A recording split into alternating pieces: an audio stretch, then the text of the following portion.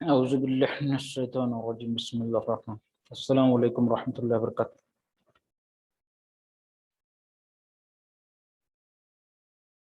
This is our first meeting for practicals. Okay. One of the practical we have completed in the offline mode. Okay.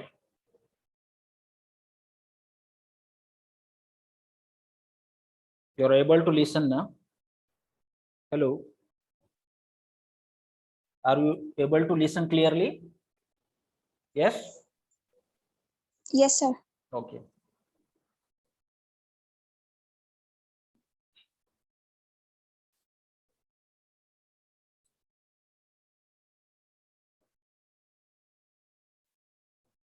So this is the syllabus of practicals. This is the syllabus for paper 12th. There are two papers as such. Paper 9. This is the paper 9 and paper 12. I will not go in. I will not go in. I will not touch to the structure of paper. This is the part of physical chemistry, paper first. This is the part of inorganic chemistry. Okay.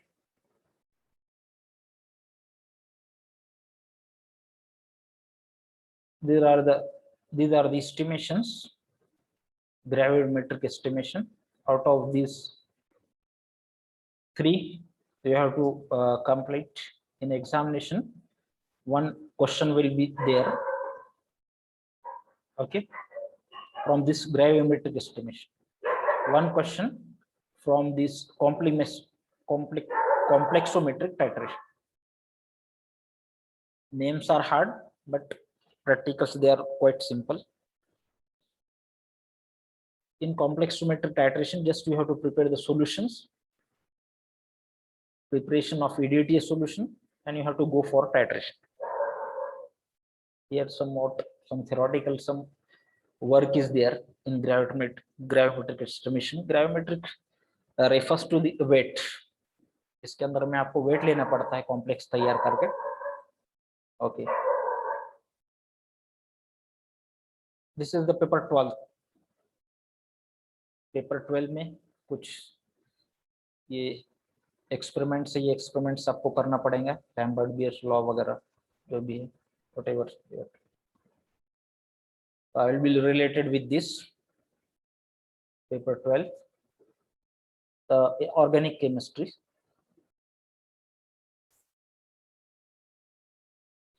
In organic chemistry, you have to prepare the derivative, preparation, crystallization, and physical constant. You have to prepare derivative, crystallize it, and determine its physical constant. Physical constant means, yes. What do you mean by physical constant? Yes, anyone from you? Hello? What do you mean by physical constant?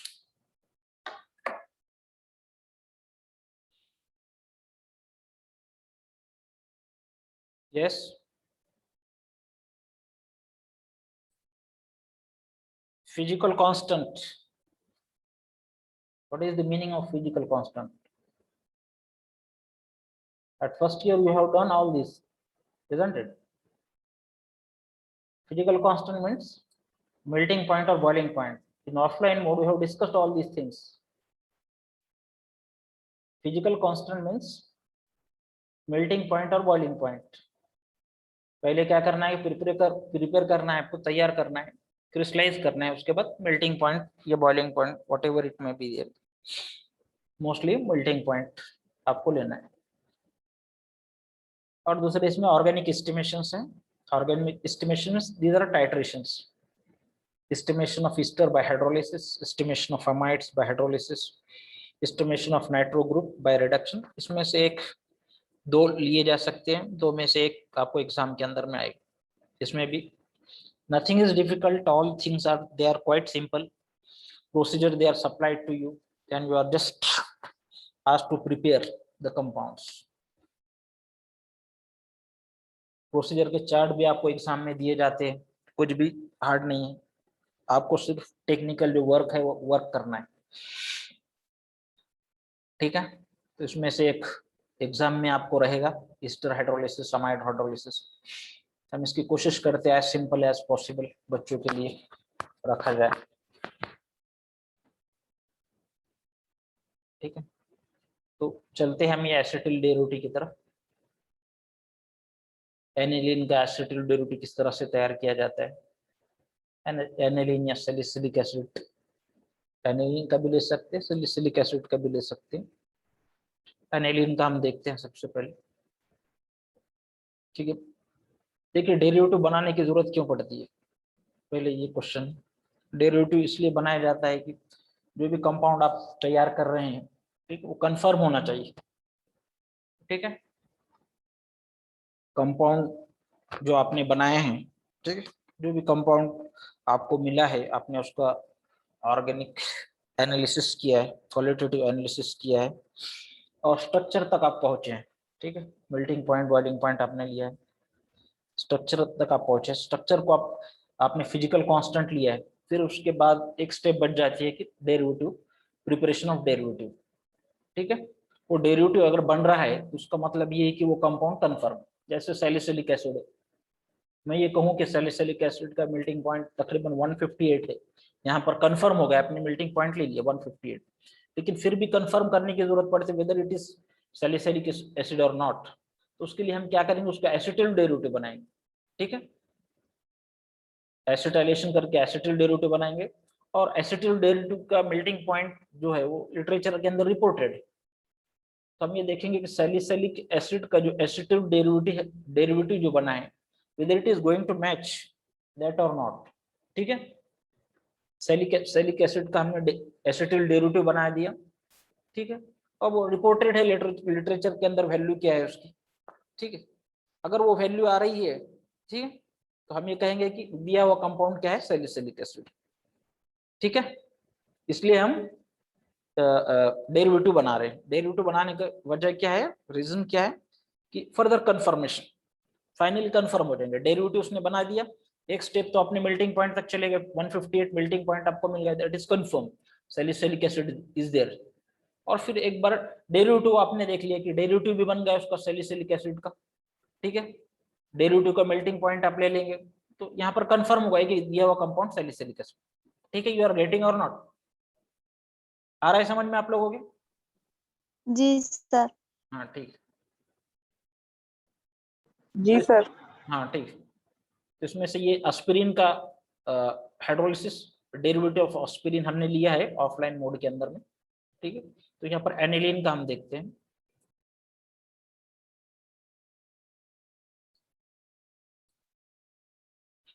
तो what is acetylation और acylation?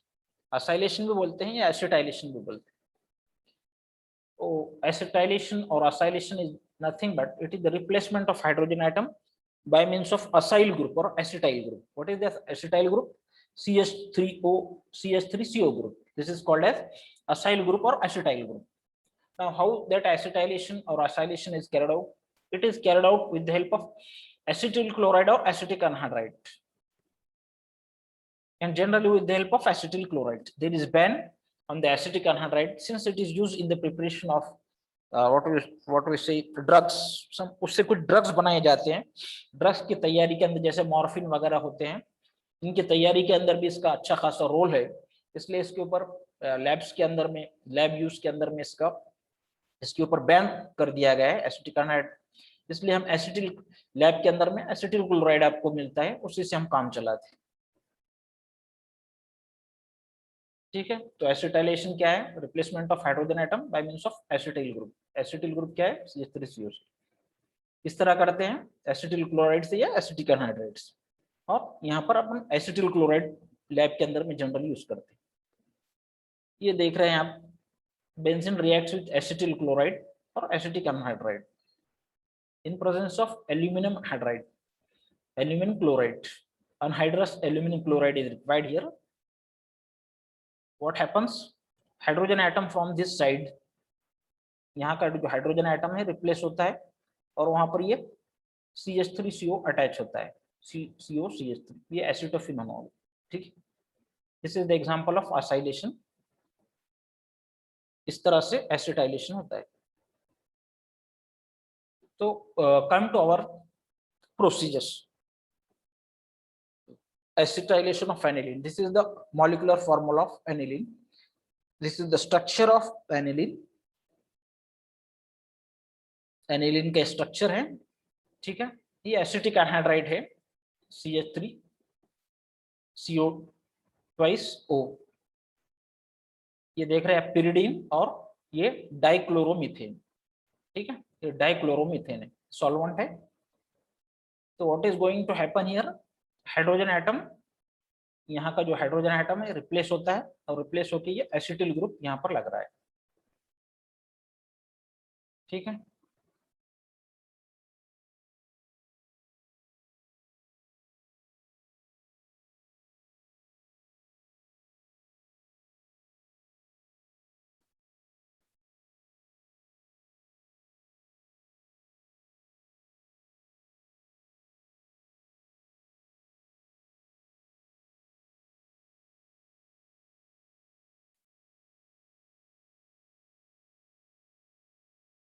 तो acetyl chloride जो है उसका formula CH3COCl है, ठीक है। Acetyl chloride it has the formula CH3COCl।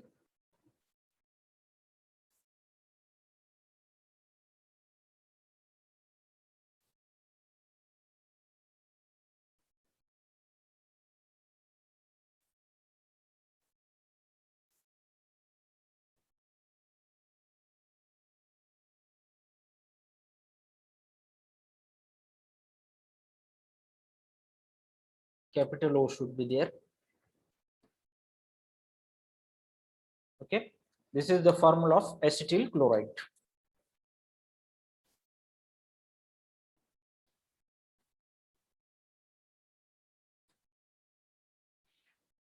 ठीक है, एसिटिक एनहाइड्राइड का फार्मूला ये तो आपके सामने है, ठीक है। This is the formula of acetyl chloride. Acetyl chloride या एसिटिक एनहाइड्राइड के प्रेजेंस के अंदर हम रिएक्शन कर सकते हैं, ठीक है। ये एनिलीन है, C6H5NH2, ठीक है। ये एसिटिल क्लोराइड या एसिटिक एनहाइड्राइड, दोनों में से आप एक ले सकते हैं, पिरिडीन और डाइक्लोरोमीथेन। ये सॉल्वेंट का रोल प्ले करता है। हाइड्रोजन आइटम इसका रिप्लेस होके इसमें का CH3CO अटैच हो जाता है, ठीक। This is the non green method, use of chlorinated solvent like dichloromethane. ये नॉन ग्रीन मेथड है। देखिए आजकल जो हम प्रोसेस कर रहे हैं कि ग्रीन प्रोसेस हम कर रहे हैं, जो भी प्रोसेस अप्लाई हम करेंगे ग्रीन प्रोसीजर अप्लाई करेंगे। ग्रीन प्रोसीजर में ऐसी प्रोसीजर अप्लाई करेंगे जिसके अंदर में हमारी हेल्थ और इन्वायरमेंट को कम से कम डैमेज हो, ठीक है, कम से कम नुकसान उसका हो या नुकसान ना हो, ठीक है। इसलिए ट्रेडिशनल जो रिएजेंट्स है, ये traditional reagents acetyl chloride, acetic anhydride, इनसे हटकर पिरिडीन, इनसे हटकर भी कुछ रिएजेंट्स हम इस्तेमाल कर सकते हैं, ठीक है। ये ट्रेडिशनल है जो आमतौर पे यूज होते हैं, आपको मालूम होना चाहिए इसलिए यहाँ पर बताया जा रहा है। लेकिन हम यहाँ पर यूज करने के लिए नहीं जा रहे, ना तो एसिटिल क्लोराइड यूज करेंगे ना एसिटिक एनहाइड्राइड यूज करेंगे, बल्कि हम एसिटिक एसिड यूज करेंगे, ठीक है। एसिटिल क्लोराइड हो, एसिटिक एनहाइड्राइड हो, ये हार्मफुल है हेल्थ के लिए हमारे। पिरिडीन भी है, पिरिडीन भी इटसेल्फ इज कार्सिनोजेनिक, ठीक है। ये सारे हेल्थ हैजार्ड को अवॉइड करते हुए हम सीधे सीधे ग्रीन प्रोसीजर की तरफ जाएंगे, जिसके अंदर मिनिमम नुकसान हमारे लिए जो है तो या नुकसान ना हो, हमारी सेहत, हमारी हेल्थ के ऊपर कुछ एडवर्स इफेक्ट न हो जो केमिकल्स यूज कर रहे हैं हम इसका, ठीक है। तो pyridine is not eco friendly, carcinogenic है, बहुत सारे हेल्थ हैजार्ड है उसके ऊपर। बॉटल के ऊपर आपको मिल जाएंगे, बॉटल के ऊपर बहुत सारे निशान लगे हुए, तो उसको आप गौर से पढ़िए तो आपको पता चल जाएंगे उसका क्या क्या नुकसान होते हैं। डाइक्लोरोमीथेन ये भी इतना इतना ग्रीन जिसको कहेंगे इतना ग्रीन नहीं है, नुकसान हो सकते हैं, ठीक है। और एसिटिक एनहाइड्राइड इसका क्या है, one molecule of acetic acid is unused. जब एसिटिक एनहाइड्राइड हम यूज कर रहे हैं तो यहाँ पर क्या बचेगा, यहाँ पर एक H बचा, ठीक है, और ये एसिटिक एसिड में का CH3COO बचेगा, CH3CO रहेगा यहाँ पर और ये O, तो CH3COO और H, ठीक है। तो एक मॉलिक्यूल यहाँ पर क्या हो गया, वेस्ट हो गया, एसिटिक एसिड का एक मॉलिक्यूल तो वेस्ट हो गया। तो this is called as atom economy, this is not atom economy, ठीक है।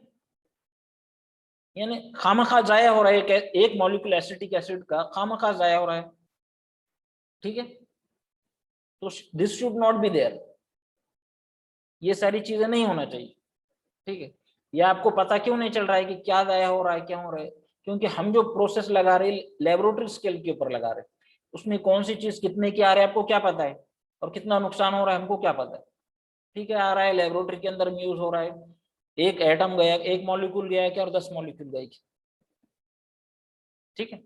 लेकिन जब कमर्शियल स्केल के ऊपर हम जाएंगे तो हर चीज को हम सोचेंगे कि उसकी कॉमर्स के बारे में हम सोचेंगे, कितना पैसा लग रहा है, गैस कितनी खर्च हो रही है, ठीक है, मॉलिक्यूल की कितने यील्ड कितनी हो रही है, यील्ड यानी वेट कितना मिल रहा है, ये सारी चीजें हम सोचेंगे उस वक्त,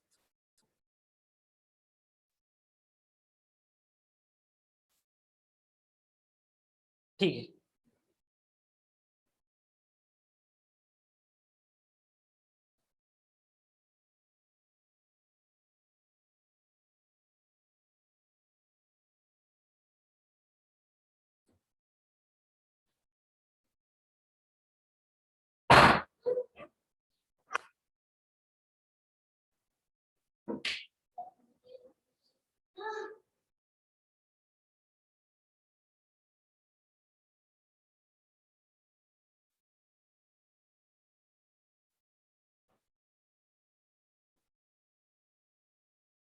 ओके, ठीक है। तो ये हमारा alternative green procedure, traditional procedure क्या है, ये प्रोसीजर है ट्रेडिशनल, समझ में आ रहा है आप लोगों के, समझ में आ रहा है यस क्या? सर। हाँ, ठीक। हम ग्रीन प्रोसीजर की तरफ जा रहे हैं, ग्रीन जिसके अंदर मिनिमम नुकसान हो या नुकसान ना हो,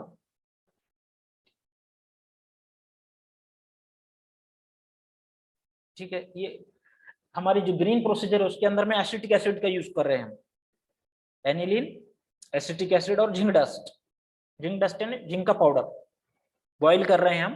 क्या हो रहा है, हाइड्रोजन एटम यहाँ का रिप्लेस हो रहा है, रिप्लेस होकर उसकी जगह पर ये हमारा ये मॉलिक्यूल लग जा रहा है, CH3CO एसिटिल ग्रुप लग जा रहा है, एसिटिक, ये एसिटेनलाइड हो गए, ठीक है। ये एनिलीन है और ये एसिटेनलाइड, ये एनिलीन है, ये एसिटेनलाइड, ठीक। Acetanilide aniline, how much it is, 10 ml required,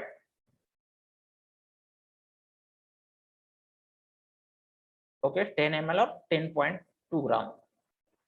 glacial acetic acid, acetic acid में ग्लासियल मीन्स ग्लास लाइक, उसके क्रिस्टल जो होते हैं थोड़े से ग्लास के जैसे दिखते हैं, इसलिए ग्लासियल उसको कहा जाता है।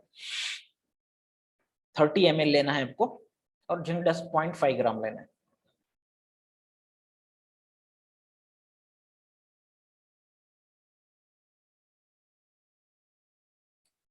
A mixture of aniline 10 ml, a zinc dust in acetic acid 30 ml.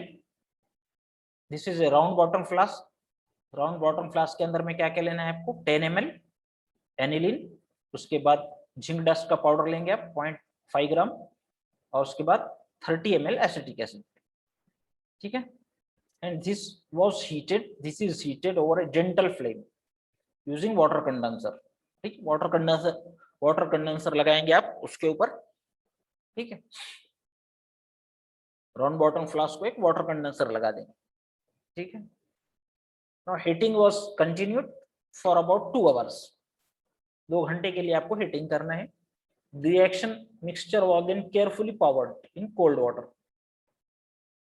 ये तीनों चीजें ले ली आपने, aniline, zinc dust, acetic acid, round bottom flask के अंदर में, उसके ऊपर आपने क्या लगा दिया, वाटर कंडेंसर, ठीक है, फिक्स कर दिया वाटर कंडेंसर, यानी एक हॉलो ट्यूब है, ठीक है। नेक्स्ट इसके अंदर मैं आपको अच्छी तरह से बता दूंगा वाटर कंडेंसर कैसा होता है। एक हॉलो ट्यूब है, ट्यूब को दो पाइप लगे हुए हैं, एक पाइप से पानी का इनलेट हो रहा है, water is coming through out, other pipe water is expelled outside. तो इसका काम क्या रहेगा, मिडल में एक पाइप है, वो पाइप रहता है, वो पाइप क्या करता है, इसके अंदर में क्या हो रहा है, आपको क्या करना है, ये वाटर कंडेंसर लगा, कंडेंसर नहीं जमा करना, वो क्या कर रहा है, जो हीट हो रहा है आपका सोल्यूशन, ठीक है, सोल्यूशन हीट होके बाहर नहीं जाने दे रहा है, कंडेंसर ने उसके वेपर्स वहां के वहां रह रहे हैं, यानी रिफ्लक्स हो रहा है, टोटली हम ये कहेंगे कि दिस इज रिफ्लक्स। रिफ्लक्स यानी बॉइलिंग एट कांस्टेंट टेम्परेचर, एक कांस्टेंट टेम्परेचर के ऊपर ये बॉइल हो रहा है, आ रहा है समझ में, ठीक है। Heating was continued for 2 hours, 2 घंटे तक आपने हीट कर लिया। Reaction mixture is then carefully poured in cold water in a 250 ml beaker, ठीक है। एक 250 ml का बीकर लीजिए, उसमें कोल्ड वाटर रखिए और उसके अंदर में डाल दीजिए ये जो कुछ मिक्सचर है, ठीक है, विथ विगोरस, अच्छी तरह से जोर से स्टरिंग कीजिए, ठीक है। The shining crystals of acetanilide were separated slowly, जैसे जैसे आप उसको कूल होते जाएंगे वैसे वैसे आपको ये अच्छी तरह से शाइनिंग क्रिस्टल आपको मिलते जाएंगे। After 50 minutes acetanilide crystals were collected by filtration, 15 minute हो गए, 15 मिनट के बाद आप उसको क्या कर दीजिए, फिल्टर कर दीजिए, ठीक है। The solid crystals were washed over Buchner funnel, special type का फनेल होता है, वो फनेल के अंदर में रखकर हम क्या करते हैं, उसको वॉश करते हैं। हमारा सादा फनेल रहता है, ठीक है, वो ग्लास फनेल होता है, यहाँ पर बुकनर फनेल हम बुकनर या बुकनर फनेल यूज करते हैं, वॉशिंग वगैरह के लिए आसानी हो जाए उसके लिए बुकनर फनेल का यूज यहाँ पर किया जाता है, और जल्दी से ड्राई हो जाए कंपाउंड, ठीक है। तो बुकनर फनेल जो लगाएंगे हम, ये एक ड्राई करने के लिए एक पंप लगाएंगे, मोटर, पानी की मोटर जैसी होती है वैसे एक टाइप की मोटर होती है, जो पंप होता है, तो पंप से क्या करते हैं हम, एक्सट्रैक्ट कर वाटर जो इसके अंदर में है, वाटर से हम वॉश कर रहे हैं, ठीक है, वाटर से हम वॉश कर रहे हैं, तो वॉश करने के बाद उसके अंदर मॉइस्चर रह जाएगा, तो मॉइस्चर को रिमूव करना जरूरी है, इसलिए बुकनर फनेल लगा रहे हैं। बुकनर फनेल लगाने की वजह क्या है कि बुकनर फनेल जो लगाएंगे, बुकनर फ्लास्क को आप लगाएंगे, तो बुकनर फ्लास्क के एक एंड को, Buchner flask it is connected to the pump, ठीक है, तो पंप क्या करेंगे, उसमें का वाटर मॉइस्चर जो कुछ था वो नीचे ला लेंगे, ठीक है, फनेल के अंदर में जमा हो जाएंगे और आपका जो प्रोडक्ट है वो ड्राई हो जाएंगे, इसलिए बुकनर फनेल हम लगा रहे हैं, ठीक है। It was crystallize in boiling water, boiling water से आप क्रिस्टलाइज करेंगे। इफ नेसेसरी डिकलराइजिंग चारकोल में भी यूज हो सकता है, इसमें कुछ कलर वगैरह आ जाए, तो कलर आ जाने के बाद चारकोल आपको यूज करना है। चारकोल क्या चीज है, चारकोल पाउडर यूज करेंगे, कोयला। हाँ कोयला,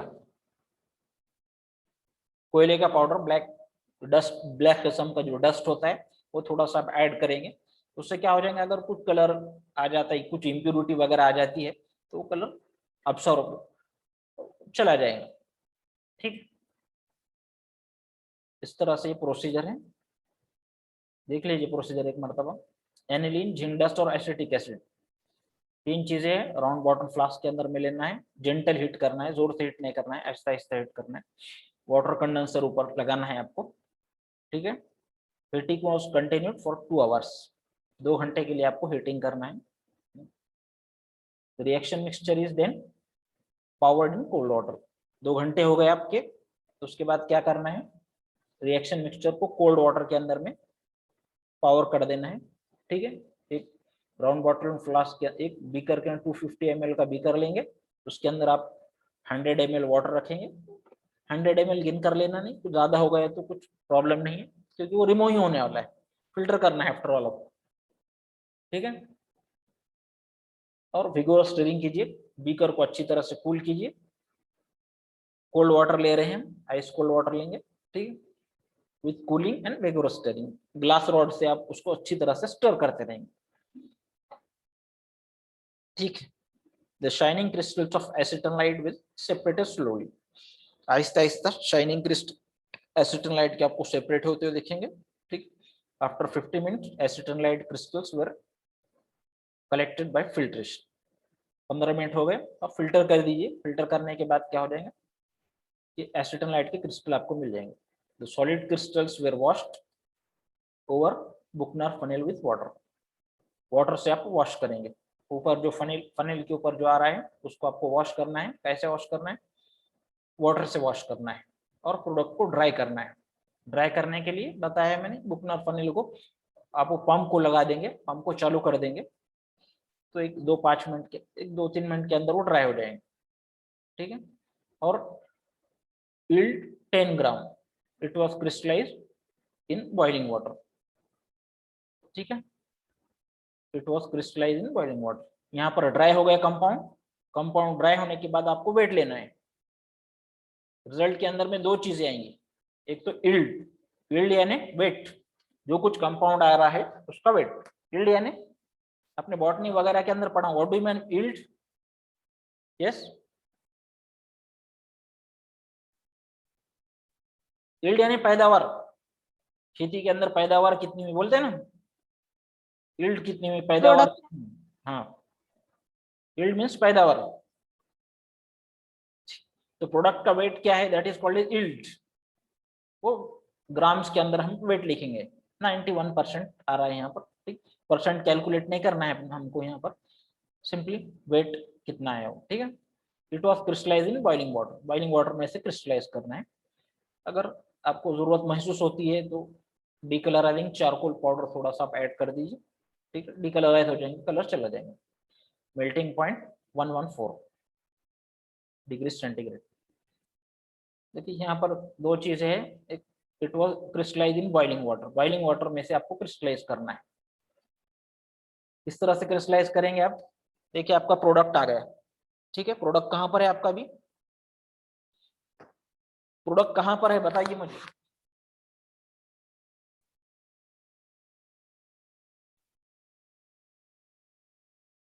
यस, प्रोडक्ट कहाँ पर है? फनेल में। हाँ, फनेल के ऊपर, फिल्टर पेपर के ऊपर है, ठीक है। फिल्टर पेपर के ऊपर लगा हुआ है। बुकनर फनेल है, उसके ऊपर फिल्टर पेपर लगा हुआ है, उसके ऊपर ये हमारा प्रोडक्ट है, एसिटोनाइट है। उसको हमने वॉश किया है वाटर से, ठीक है। It was crystallize in boiling water. अब इसके बाद हमको उसको क्रिस्टलाइज करेंगे। क्रिस्टलाइज क्यों करेंगे? क्योंकि उसके अंदर में इंप्योरिटीज हो सकती है, टू मेक इट प्योर, ठीक है। उसके अंदर में कुछ इंप्योरिटीज, कुछ अनरिएक्टेड एनिलीन वगैरह आ गए होंगे या और कुछ भी चीज उसके अंदर में हो सकती है, तो उसको रिक्रिस्टलाइज करेंगे हम या क्रिस्टलाइज करेंगे। तो क्रिस्टलाइज करने के लिए क्या प्रोसीजर है? देखिए बॉइलिंग वाटर में से करना है, तो आप क्या करेंगे, एक टेस्ट ट्यूब के अंदर में वाटर लेंगे, ठीक है। मिनिमम क्वांटिटी ऑफ वाटर लेंगे, ठीक है। और उसको ये एसिटोनाइट जो आपका प्रोडक्ट आया है ये ऐड करेंगे। उससे पहले आप वेट ले लेंगे। ड्राई कर लिया आपने, ड्राई करने के बाद वेट आप रिपोर्ट करेंगे यहाँ पर। यील्ड, यील्ड लिखो या वेट ऑफ द कंपाउंड, जो भी आपको लग रहा है, ठीक है। रिकॉर्ड कर लिया आपने। अब उसके अंदर में से थोड़ा सा कंपाउंड निकालेंगे, टेस्ट ट्यूब के अंदर में रखेंगे कंपाउंड और वाटर ऐड करेंगे, ठीक है। कंपाउंड की क्वांटिटी कम लो आप, वाटर भी थोड़ा ज्यादा लो, बहुत ज्यादा लेना नहीं है। वाटर की क्वांटिटी भी कम लो, ठीक है। और हीट करो कंपाउंड। हीट करने के बाद आप देखिए उसके अंदर में डिजोल्व हो रहा है या नहीं डिजोल्व हो रहा है, ठीक है। साथ में आपको what you call wire gauge आपको साथ में रखना है। हर वक्त बॉइलिंग वगैरह करते वक्त एक दूसरा वायर गेज आपके साथ में रहेगा, कहीं आग वगैरह लग जा रही है तो ठीक, तो बुझाने के लिए वायर गेज आपको काम आएगा। वायर गेज यानी, वायर गेज यानी क्या?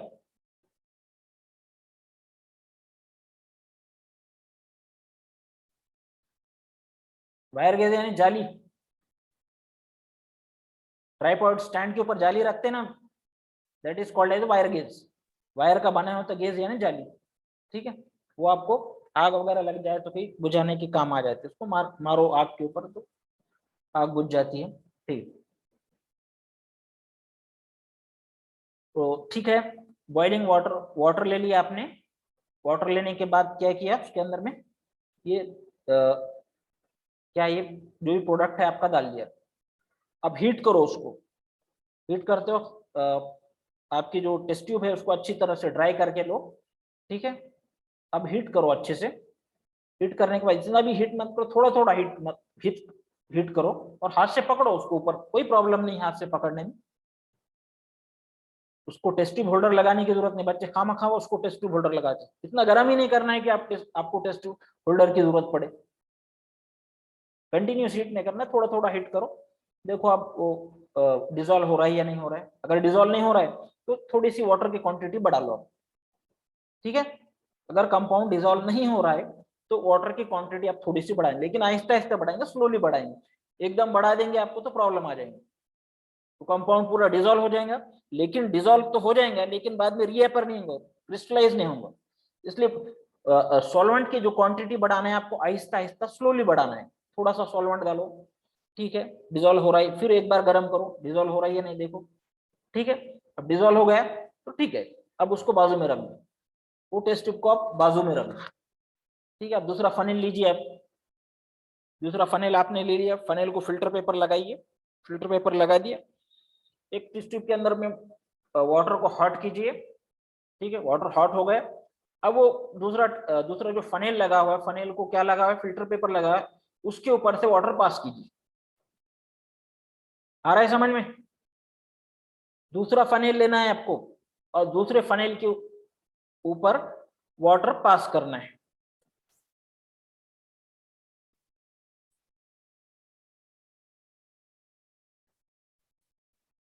ये फनेल ले लिया आपने दूसरा,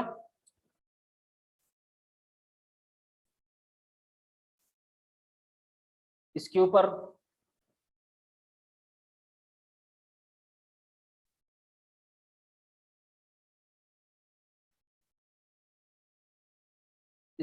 फिल्टर पेपर लगा दिया आपने। ठीक है, चौकोनी अच्छा तरह से उसको घड़ी करके रेक्टेंगल बना दिया और फोल्ड करके इसके ऊपर लगा दिया। ठीक है, अब इसके ऊपर से हॉट वाटर पास कीजिए आप। ठीक है, टेस्ट ट्यूब के अंदर वाटर लीजिए, थोड़ा सा 5-10 ml वाटर लीजिए, उसको बॉईल कीजिए और बॉईल करने के बाद इसके ऊपर से पास कीजिए। ठीक है, क्या पास करना है, हॉट वाटर पास करना है। अब उसको जमा करने की जरूरत नहीं, सिंक के अंदर वो पानी फेंक दीजिए। आया समझ में? समझ में आया कि क्रिस्टलाइजेशन प्रोसेस समझा रहा हूं मैं आपको? वो भुना जी सर। हाँ, देखिए जी सर। वो टेस्ट ट्यूब जिसमें आपने एसीटोनाइट को वाटर के अंदर में डिसॉल्व कर दिया है, साइड में रख दी है। ठीक है, वो साइड में रख दिया है आपने।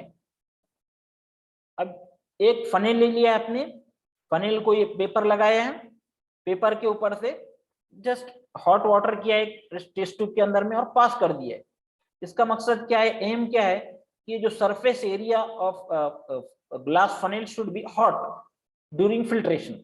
जब हम फिल्ट्रेशन प्रोसेस करेंगे तो ये सरफेस एरिया हॉट रहना चाहिए। आ रहा है समझ में? क्योंकि वो जो टेस्ट ट्यूब हमने साइड में रखी हुई है अभी, वो कूल हो रही है अभी, फिर एक बार हम उसको हॉट करेंगे और हॉट करने के बाद अब फिल्टर करेंगे। आ रहा है समझ में? अगर हमने वो टेस्ट ट्यूब को वैसे ही ले लिया, इसके ऊपर से हॉट वाटर पास नहीं किया, तो ये इसका सरफेस एरिया कूल रहेगा। ठीक है, और जब हम ये हॉट करके सॉल्यूशन पास करेंगे, उसको आप एक मर्तबा थोड़ा सा हॉट करने पड़ेंगे, आपको वो डिसॉल्व करना पड़ेगा उसको। कंपाउंड के अंदर हो सकता है उसके अंदर कुछ क्रिस्टल आ गए हो, तो उसको आप अच्छी तरह से गर्म कीजिए और गर्म करके हॉट करके अब इसके ऊपर से फिल्टर कीजिए और फिल्ट्रेट को अब जमा कीजिए। अगर हमने वो वैसे ही इसके ऊपर से हॉट वाटर पास नहीं किया तो क्या हो जाएगा, ये कोल्ड सरफेस एरिया रहेगा और उसके जो क्रिस्टल आए हुए वो सारे यहाँ पर जमा हो जाएंगे। ये स्टेम कहते हैं इसको, this part is called the stem of the funnel. यहाँ पर एक प्लग हो जाएगा। ठीक है, क्रिस्टल अच्छी तरह से यहाँ पर जमा हो जाएंगे और हमारा काम अधूरा रह जाएगा। इसलिए हम क्या करते हैं, हॉट वाटर इसके ऊपर से पास करते हैं। आ रहा है समझ में? हेलो, समझ में आ रहा है या नहीं आ रहा है? Yes sir. हाँ ठीक है। जी सर आ रहा। हाँ, हॉट वाटर आपने पास कर दिया, उसके बाद वो टेस्ट ट्यूब जो साइड में रखी हुई थी उसको आपने गर्म किया, गर्म करना है, गर्म करके अब फिर एक मर्तबा इसके ऊपर से अब पास कीजिए, फिल्टर कीजिए और फिल्ट्रेट को अब जमा कीजिए। ठीक है, अब फिल्ट्रेट को सिंक के अंदर मत फेंकिए, अब फिल्ट्रेट को आपको जमा करना है, एक टेस्ट ट्यूब के अंदर फिल्ट्रेट को जमा कीजिए। ठीक है, यहाँ पर कुछ इम्प्योरिटी वगैरह है तो यहाँ पर इम्प्योरिटी जमा हो जाएंगी और क्रिस्टल यहाँ पर जमा हो जाएंगे। ठीक है, अब ये टेस्ट ट्यूब को आप साइड में रख दीजिए, थोड़ी देर के लिए 4-5 मिनट बाहर रख दीजिए। ठीक, अब दूसरा फनेल लीजिए, दूसरे फनेल को फिर एक बार सेम फिल्टर पेपर लगाइए और वो जो इसमें जो क्रिस्टल आए हुए हैं अब वो जस्ट फिल्टर करने की जरूरत, अब उसको हॉट वाटर पास करने की जरूरत नहीं, कोई जरूरत नहीं। ठीक है, दूसरा फनेल लिया आपने, ठीक है, दूसरे फनेल के नीचे आप टेस्ट ट्यूब लगाइए। ठीक है, और इसके ऊपर से फनेल के ऊपर आप पेपर लगाएंगे। ठीक है, पेपर लगाने के बाद यहाँ पर सॉल्यूशन जमा हो जाएंगे फिल्ट्रेट और यहाँ पर आपका जो भी कंपाउंड है कंपाउंड जमा हो जाएंगे।